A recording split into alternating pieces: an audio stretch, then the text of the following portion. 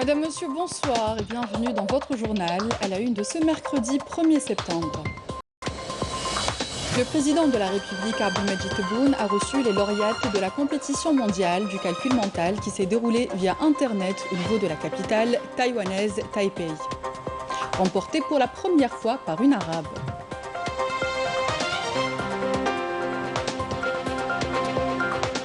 Également dans ce journal, l'autorité nationale indépendante des élections a annoncé la révision exceptionnelle des listes électorales entre le 5 et le 15 septembre.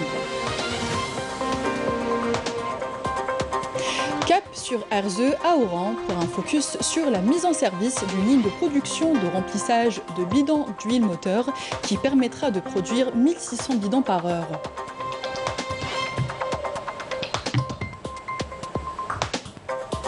Football, conférence de presse du sélectionneur national Jamel Belmadi ce matin au Centre technique national de Sidi Moussa à Alger, où il a été question de la préparation des Verts en vue de la rencontre contre Djibouti prévue demain.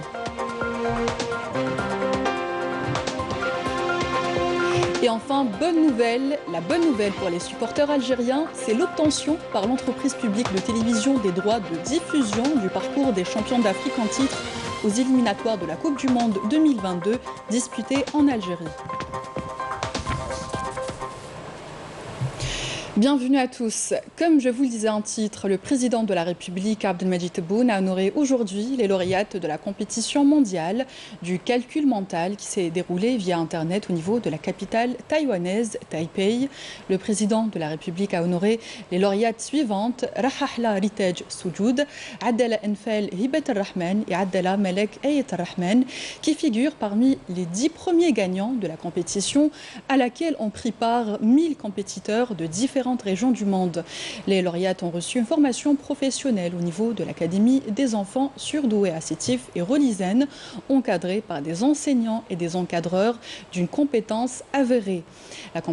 La cérémonie s'est déroulée en présence du directeur de cabinet de la présidence de la République, Nourdine Barded Daïch, et le secrétaire général de la présidence de la République, Mohamed Amin Messaïd, et le ministre de l'Éducation nationale, Abdelhakim Belabed, dont la première place a été remportée par la prodigieuse Ritaj Rahla de l'Alma, âgée de 11 ans. السيد رئيس الجمهورية، السيدات والسادة الحضور، السلام عليكم ورحمة الله تعالى وبركاته. يوم محفوف بعناية واهتمام السيد رئيس الجمهورية ورعايته فعاليات هذا الحفل التكريمي احتفاء بأطفال الجزائر وبغها ممن أبانوا مستوى متفوقا في الحساب الذهني وتقلدوا بذلك مراتب عالمية بين نظرائهم من أطفال العالم. حفل مقام على شرف المتوجات بطلة للعالم ووصيفتيها في البطولة الدولية للحساب والرياضيات الذهنية المنتظمة عبر الخط أونلاين تشامبيونشيب من قبل سيسي سيماس تشوان تشان انترناشنال منتال اريثمتيك سكول بتايبي تايوان، والمعلنة نتائجها يوم 16 من شهر أوت سنة 2021 حيث اعتلت بنات الجزائر صدارة الترتيب. بنات عرفن نشأة تربوية أسرية جزائرية بامتياز وحظين بتكوين مخضرم بين أوليائهن بالمراكز المعتمدة بولايتي سطيف وغليزان من قبل أكاديمية الأطفال العباقرة جينيس كايتس أكاديمي. الآن يكرم السيد رئيس الجمهورية التلميذة سجود رتاج أرحاحلة بطلة العالم في الحساب الذهني ولدت سطيف من زهرات الكشافة الإسلامية الجزائرية. تحصلت على شهادة التعليم الابتدائي بمعدل 10 من 10 وتوجت بطلة للعالم بحصولها على 500 نقطة في أقل من 3 دقائق.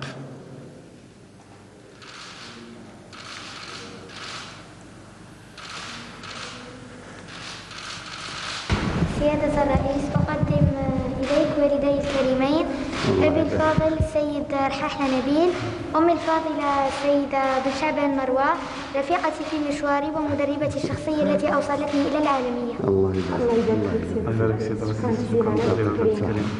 الله يجزيكم على التربية تاع البنت وعلى الشيء اللي جبتوه الجزائر فخر الجزائر.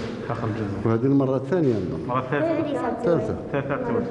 الله يبارك فيك. المرتين الماضيتين كانت حضوريا في 2019 حضوريا في اسطنبول وفي تايوان. المرة هذه على الخط اونلاين. يكفى. ان شاء الله تكون قدوة الجيل تاعك. واش قاعد يديروا كيفك؟ ان شاء الله. وليكم انتوما لهاد الأطفال هاد الممتازين اللي درنا المدرسة الوطنية للرياضيات إن شاء الله تكون على هذا صدى دولي حتى نكون جيل. إن شاء الله. شكرا جزيلا. وأعطيتوها اسم سجود هاي. سجود ريتاج. التلميذة أنفال هبة الرحمن عدالة. ولدت أنفال بغليزان يوم 17 أفريل سنة 2006. نالت شهادة التعليم المتوسط بمعدل يفوق 18 وتوجت بالمرتبة الثانية عالميا بحصولها على 420 نقطة.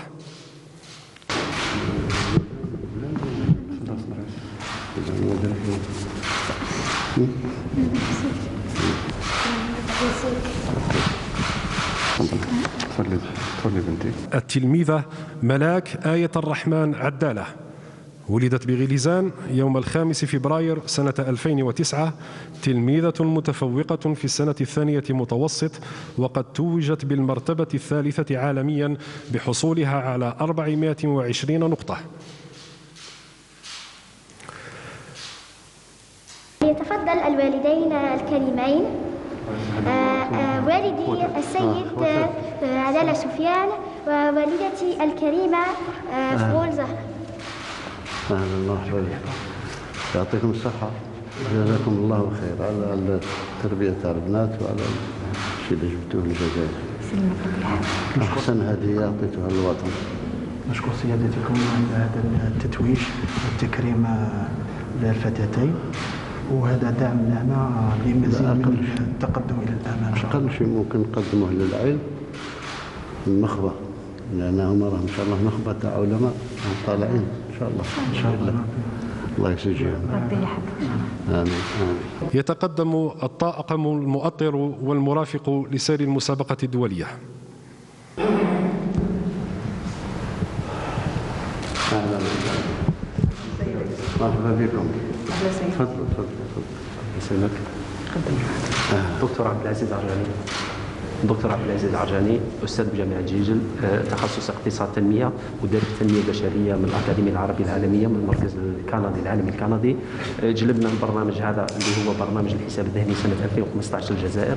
الان رانا وصلنا عدد الاطفال اللي درسوا عندنا من 1015 الى حدود 40,000 طفل. الان رانا منتشرين في 26 ولايه، حققنا نتائج رائعه جدا. هذه السنه عندنا عدد الاطفال في حدود 6000 طفل، وعندنا اكثر من 60 فرع على مستوى الجزائر. الله يجزيك. السيدة ديمي فاطمة، مديرة مركز سوبر عبقري للصيف ومنظمة البطولة العالمية 2021. أستاذ جبر علي، مدير مركز التنمية الذكية لولاية غليزان. الله يجزيك. السيدة ليلى سارة، مدرسة حساب دينية بمركز التنمية الذكية. Le président de la République, Abdelmadjid Tebboune, a insisté lors de la réception qu'il a accordée aux lauréates à partir de son bureau sur le fait que les nations se construisent grâce aux mathématiques et aux sciences. On l'écoute ensemble. شوف الدول تتبنى بالرياضيات وبالعلوم. لما بلاد تزدهر فيها العلوم نجحت خلاص. احنا اللي خلانا متاخرين بالنسبه للدول الغربيه هو العلوم. يعني قريب تشوفي وصلنا اليوم احنا في الجامعات نتاعنا ما عندناش نسبه تاع 3% اللي يدرسوا الرياضيات. دوله باش تترقى وباش تولي تدافع على نفسها وتخلق اليات الدفاع على نفسها وتخلق هذه كلها امور تاع رياضيات وفيزياء. هذاك علاش الجيل هذا ان شاء الله تكون هما اللي يجون بعدهم يكونوا اللبنه الاولى نتاع تقدم البلاد ان شاء الله. ان شاء الله ما يسمحوش في الرياضيات وما يسمحوش في الحساب، لان هو اساس التنميه نتاع كل دوله. تلقيش باش واحد يطلع للمريخ ولا يطلعوا القمر ولا يطلعوا ولا يديروا صواريخ بالحسابات. علوم دقيقة. وهذاك علاش مع وزارة التربية قررنا هذا العام خلقنا مدرستين فريدتين من نوعها في افريقيا وفي العالم العربي. مدرسة أولى نتاع رياضيات، علوم رياضيات، والثانية في الذكاء الاصطناعي، الروبوتيك. أول مرة في افريقيا، لأن الجامعات هذه الاثنين باش يستقبلوا نوابغ نتاع الرياضيات ونتاع العلوم. ان شاء الله تكون فيها انطلاقه تاع بلادنا. احنا نبنوا مع بعض أسس نتاع الجزائر ان شاء الله كان الوالدين كل تلميذ يتلهوا به، يعني هو بنفسه حياته يجتنب كثير من الامور السلبيه اللي ربما تاثر عليه لما يوصل لسن معين. والإنسان اللي يحب العلم هذا المعلم أن يكون رسولا. تهلي في والديك إن شاء الله راه عندك مستقبل كبير. إن شاء الله تخرجي لنا باختراع أنت وهما ملك. À cette occasion, le président Tebboune a pris une photo de famille avec les jeunes prodiges à la fin de la rencontre.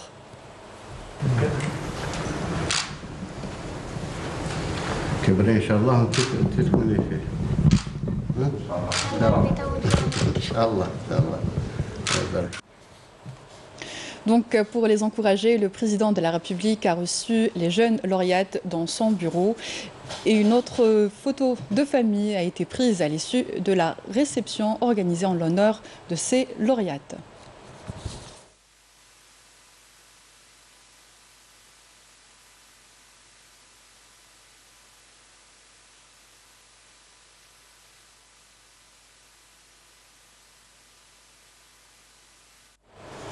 On écoute les impressions de nos jeunes prodiges suite à leur victoire à cette compétition mondiale et suite à la réception avec le président de la République.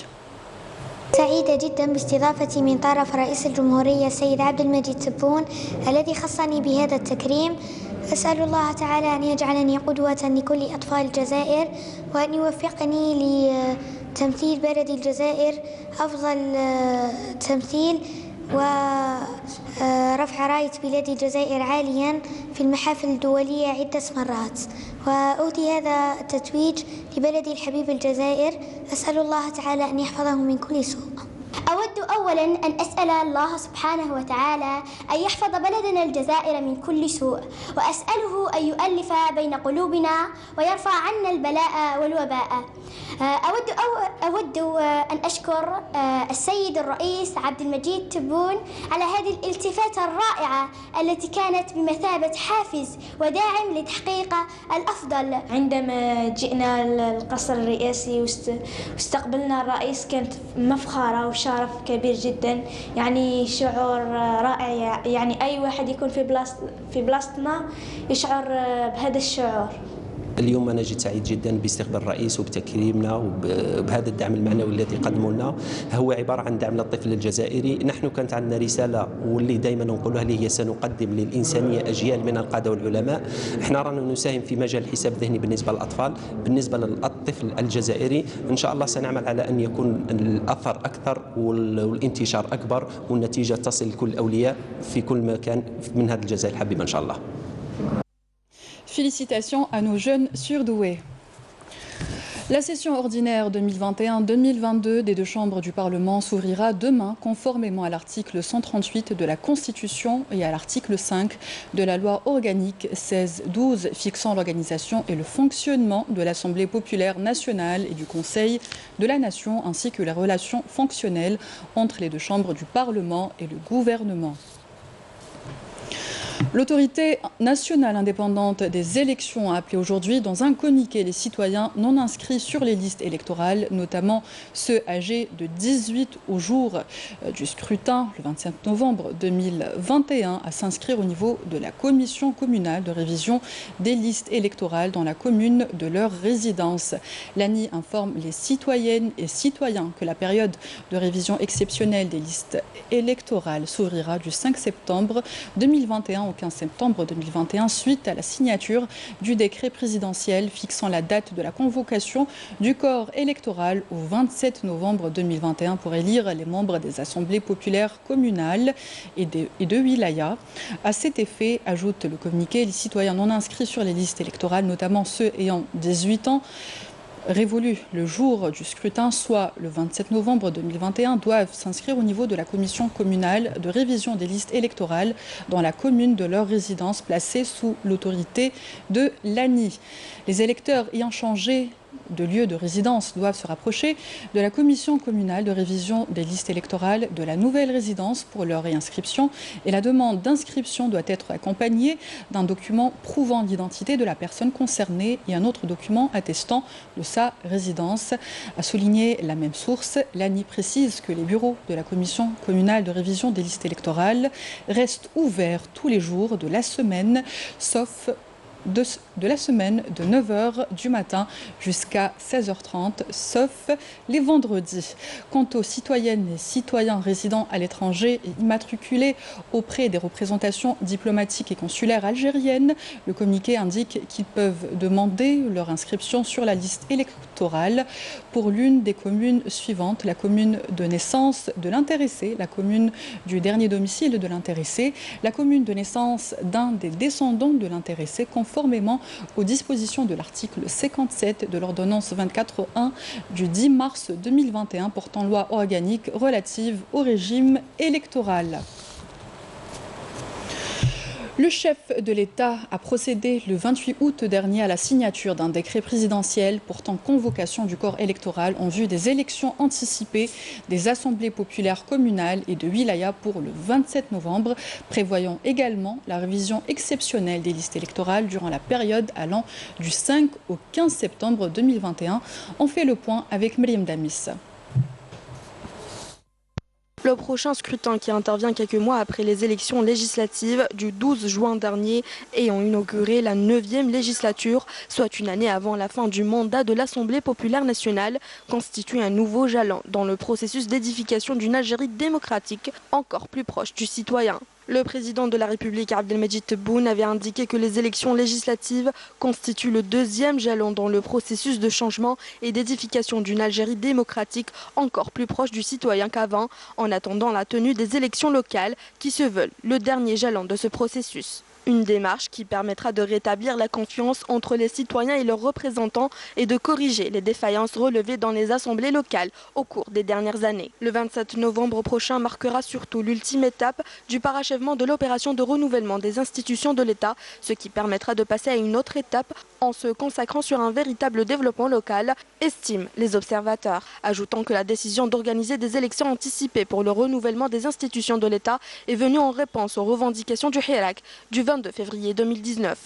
Les différentes actions de renouvellement des institutions de l'État s'inscrivent dans le cadre d'un processus de profonde réforme lancé par le président Abdelmajid Tebboune depuis son élection à la tête de la magistrature suprême du pays le 12 décembre 2019, consistant notamment à préparer une nouvelle constitution que le peuple algérien a plébiscitée lors du référendum du 1er novembre 2020. L'autre importante action entrant dans le cadre des réformes engagées est l'adoption par le Conseil des ministres le 30 août 2021 d'un projet d'ordonnance modifiant certaines dispositions du code communal afin de les harmoniser avec le nouveau régime électoral, notamment dans ses aspects liés au président de l'Assemblée populaire communale et ses adjoints. Une campagne de sensibilisation à l'importance de l'assurance de matériel et équipement contre les catastrophes naturelles a été lancée aujourd'hui à Alger au profit des entrepreneurs bénéficiaires du dispositif de microcrédit. Le coût d'envoi de cette campagne, qui dans un premier temps s'étalera sur un mois au niveau des communes d'Alger, avant d'être généralisé au niveau national a été donné par la ministre de la Solidarité nationale et de la Famille et de la Condition de la Femme, Kautar Kelikou, en compagnie du président de l'Union algérienne des sociétés d'assurance et de réassurance, Youssef Ben Missia. تهدف إلى ضرورة ترسيخ ثقافة تأمين الممتلكات والمعدات والتجهيزات لمجابهة الأزمات culture d'assurance conformément aux réglementations en vigueur. Les adhérents aux caisses d'assurance sociale bénéficient de différents avantages. Aujourd'hui, nous avons constaté l'adhésion des citoyens et les gérants de ces petites entreprises au sein du système d'assurance pour assurer leurs biens.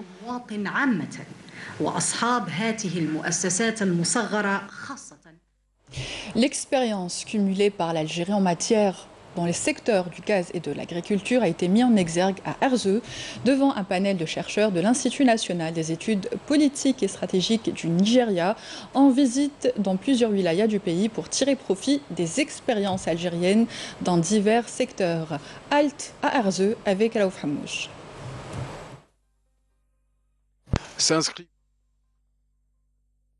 Mise en service au niveau de la raffinerie d'Erzeu, cette ligne de production et de remplissage des bidons d'huile moteur permettra de produire 1600 bidons par heure à partir de grains de plastique. Une installation qui, selon le PDG du groupe Sonatrach, Toufiq Hakkar, renforcera les ventes des produits sur le marché national.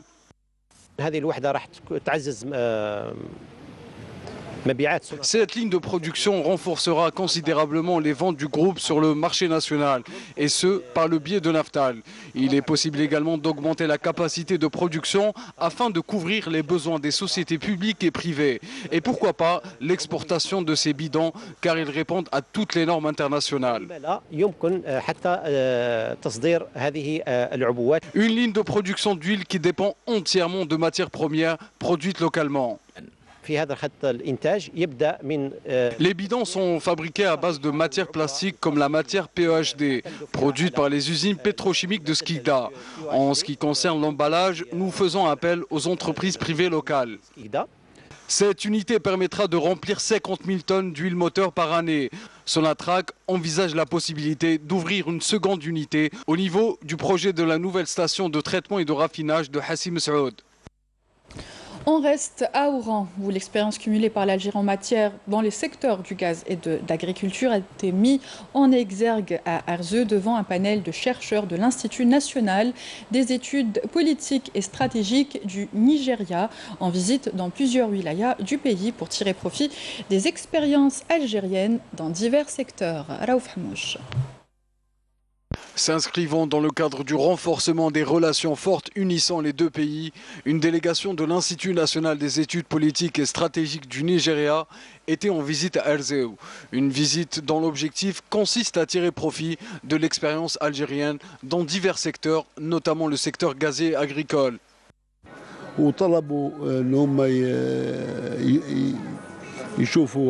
Cette visite a été organisée à la demande de la délégation nigériane afin de pouvoir bénéficier de l'expérience algérienne cumulée dans plusieurs secteurs. Nous avons mis à leur disposition tous les moyens humains et matériels afin de développer un partenariat fructueux en matière de recherche et d'échange de connaissances entre les deux pays.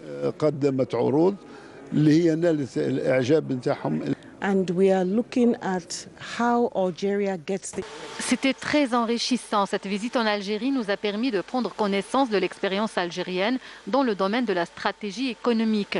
Nous avons pu visiter les centres de recherche de plusieurs wilayas du pays.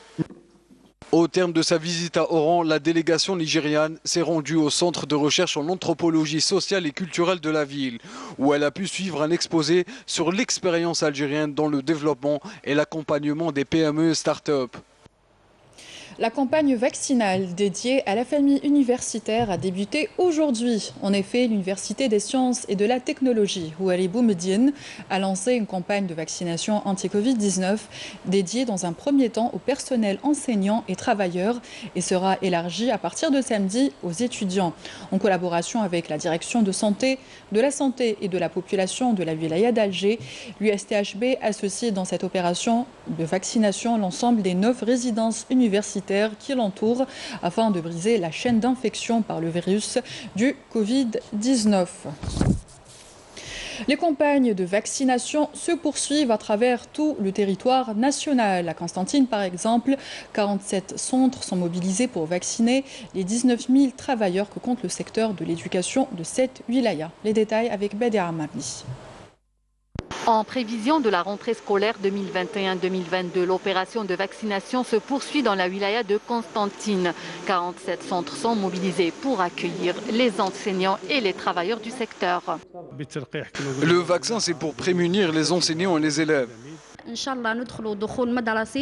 Nous souhaitons que la rentrée scolaire se déroule dans de bonnes conditions et que tout le monde se fasse vacciner, ou au moins arriver à 50% de taux de vaccination pour atteindre l'immunité collective. Cette opération a connu un engouement de la part des personnels de l'éducation nationale. L'opération se déroule dans d'excellentes conditions. Nous avons constaté que les travailleurs du secteur ont pris conscience de l'importance de cette opération. J'appelle tout le monde à se rapprocher des centres de vaccination.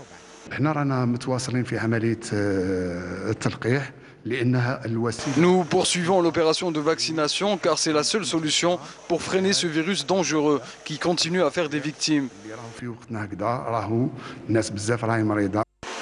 À travers cette opération, la direction de l'éducation de Constantine a pour objectif de vacciner les 19 000 travailleurs de ce secteur au niveau de cette wilaya. Bilan sanitaire à présent, 447 nouveaux cas confirmés de Covid-19, 344 guérisons et 33 décès ont été recensés ces dernières 24 heures en Algérie, selon le ministère de la Santé. Le total des cas confirmés s'élève ainsi à 196 527. Dans le cadre de leur noble mission de défense et de sécurisation du territoire national contre toute forme de menace, des détachements et des unités de l'armée nationale populaire ont mené du 25 au 31 août 2021 de multiples opérations qui témoignent de l'engagement infaillible de nos forces armées à préserver la quiétude et la sécurité dans notre pays. Les détails avec Myriam Damis. Dans le cadre de la lutte antiterroriste et dans la poursuite de l'opération de fouille et de ratissage engagée par un détachement de l'ANP le 25 août 2021 au niveau du Jbel Misaada à El Milia, wilaya de Jijel, ayant permis de capturer un dangereux terroriste et de récupérer des armes à feu. L'exploitation du dit criminel s'est soldée par la saisie de 3 fusils de chasse et la destruction d'un atelier de fabrication d'explosifs contenant 13 bombes de confection artisanale. Dans le cadre de la lutte contre la criminalité organisée et dans la dynamique des efforts soutenus visant à contrecarrer le fléau du narcotrafic dans notre pays, des détachements combinés de l'armée nationale populaire ont arrêté en coordination avec les différents services de sécurité au niveau des territoires des 2e et 3e régions militaires, 5 narcotrafiquants et saisi 11 quintaux et 51 kg de kif traités que les bandes criminelles ont tenté d'introduire à travers les frontières avec le Maroc. Tandis que 26 autres narcotrafiquants ont été arrêtés et 120 kg de la même substance, en plus de 54 989 comprimés psychotropes, ont été saisis dans diverses opérations exécutées à travers les différentes régions militaires. Par ailleurs, des détachements de l'ANP ont intercepté à Tamraset, à Ingezem, Borjbaji Mourtar, Janet, Titindouf, 107 individus et saisi 23 véhicules, 224 groupes électrogènes, 158 marteaux-piqueurs, 7 détecteurs de métaux, des quantités d'explosifs, d'outils de détonation et d'autres équipements utilisés dans des opérations d'orpaillage illicite, ainsi que 28,5 tonnes de mélange d'or brut et de pierre. 4 tonnes de denrées alimentaires, alors que 4 747 unités de diverses boissons et 1181 unités de tabac ont été saisies à Ouergla et Biskra. De même, des tentatives de contrebande de quantité de carburant s'élevant à 9 639 litres ont été déjouées à Tébessa, Taref et Soukahras. Dans un autre contexte, les gardes-côtes ont déjoué au niveau de nos côtes nationales des tentatives d'émigration clandestine de 146 individus à bord d'embarcations de construction artisanale, alors que 55 immigrants clandestins de différentes nationalités ont été appréhendés à Tlemcen, Tébessa, Ain Amina et Béchar. Un incendie géant s'est déclaré au niveau d'une usine à Sidi Abed dans la région de Tsel el-Merja à Birtouta, à l'ouest d'Alger. Les flammes ont ravagé l'usine de chocolat en question, mais ont été maîtrisées par les éléments de la protection civile qui sont rapidement intervenus pour éviter la propagation du feu dans d'autres lieux. Fort heureusement, aucune perte humaine n'est à déplorer. Les fortes chaleurs caniculaires ont laissé place aux pluies orageuses qui s'abattent sur plusieurs régions du nord et du centre du pays. D'ailleurs, ce matin, les services de la protection civile de la wilaya de Msila ont annoncé des inondations dans plusieurs daïras qui ont nécessité plusieurs interventions de sauvetage et d'évacuation par les casques rouges. 7 personnes ont été secourues et 5 véhicules emportés par les flots ont été extraits. Les éléments de la protection civile ont également évacué plusieurs familles après l'inondation de leurs habitations suite aux fortes chutes de pluie qui ont été enregistrées dans la région. Par ailleurs, un cas probable de disparition de 3 personnes à Boussaada qui sont actuellement recherchées a été enregistré par les éléments de la protection civile. L'acteur de cinéma et de télévision et comédien de théâtre Omar Gendouz n'est plus connu sous le nom de Dahmen, un rôle qu'il avait incarné. Omar Gendouz avait brillé durant sa longue carrière artistique dans plusieurs réalisations cinématographiques, séries télévisées et spectacles de théâtre. Natif des années 50 à la Casbah d'Alger, cet artiste grandement respecté a marqué toute une génération.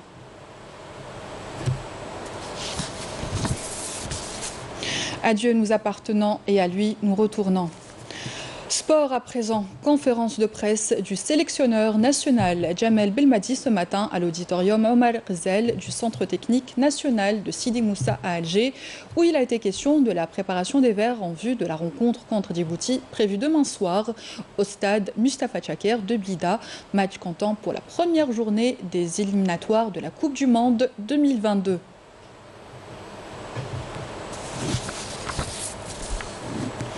Toutefois, le sélectionneur national Jamel Belmadi a exprimé son mécontentement quant à l'état de la pelouse du stade Mustafa Tchaker où justement l'équipe nationale affrontera demain le Djibouti. On l'écoute ensemble. J'ai l'impression que d'avoir discuté de la problématique Tchaker depuis mon arrivée en juillet 2018 jusqu'à aujourd'hui, et pas beaucoup de choses ont changé. Et si ça change le temps d'un match, le temps d'une date FIFA. Et il n'y a jamais eu de constance dans l'entretien que nécessite un stade, notamment qui reçoit l'équipe nationale. À notre grande surprise, 2 mois après, de juin à aujourd'hui, fin août, on retrouve un terrain complètement... une calamité, tout simplement. Je suis resté 15 secondes sur la pelouse avant de la quitter. C'est une catastrophe. Au sujet des adversaires de l'équipe nationale, Belmadi a insisté sur l'importance de les respecter, peu importe le nom de l'équipe. Donc, peu importe ce qui va se présenter devant nous, on va respecter l'adversaire. Et la meilleure manière de respecter l'adversaire, c'est de préparer ce match-là aussi bien qu'on prépare un match de finale de Coupe d'Afrique. Voilà, et ni plus ni moins. Donc c'est ça qu'ils vont avoir en face de... Cette équipe de Djibouti, elle va avoir en face d'elle une équipe déterminée, et c'est la meilleure manière de les respecter, hein. Les prendre au sérieux, et on fera le maximum évidemment pour gagner ce match-là, et voilà, la préparation elle va dans ce sens-là, tout simplement. Bonne nouvelle pour les supporters algériens. L'entreprise publique de télévision a obtenu auprès de la FIFA les droits de diffusion du parcours des champions d'Afrique en titre aux éliminatoires de la Coupe du Monde 2022 disputée en Algérie. Ainsi, les matchs de l'équipe nationale contre le Djibouti et le Burkina Faso seront retransmis sur des chaînes de l'EPTV. Les Jeux méditerranéens approchent à grands pas. Les préparatifs pour réussir ce rendez-vous sportif vont bon train. D'ailleurs, la commission de formation et de bénévolat poursuit l'opération d'encadrement des jeunes universitaires. Ces derniers ont pour mission l'accueil et l'orientation des délégations sportives. Badia Amarni. Le compte à rebours a commencé. Moins de 298 jours exactement nous séparent des Jeux méditerranéens qu'abritera la wilaya d'Oran. La cadence des préparatifs de cet important événement sportif s'accélère. Les 12 commissions de préparation mises en place travaillent d'arrache-pied pour être au rendez-vous, à l'exemple de la commission de formation et du bénévolat qui a la charge de former 4500 jeunes dans différents domaines pour réussir au mieux cette manifestation. of the Mediterranean Games. Les bénévoles qui nous rejoignent sont des étudiants. Nous les formons pour devenir des encadreurs. En plus de leur maîtrise des langues, nous leur donnons une petite formation de base dans la traduction. Nous, les volontaires, nous sommes bien encadrés pour être prêts pour accompagner cet événement sportif international qui se déroulera l'année prochaine.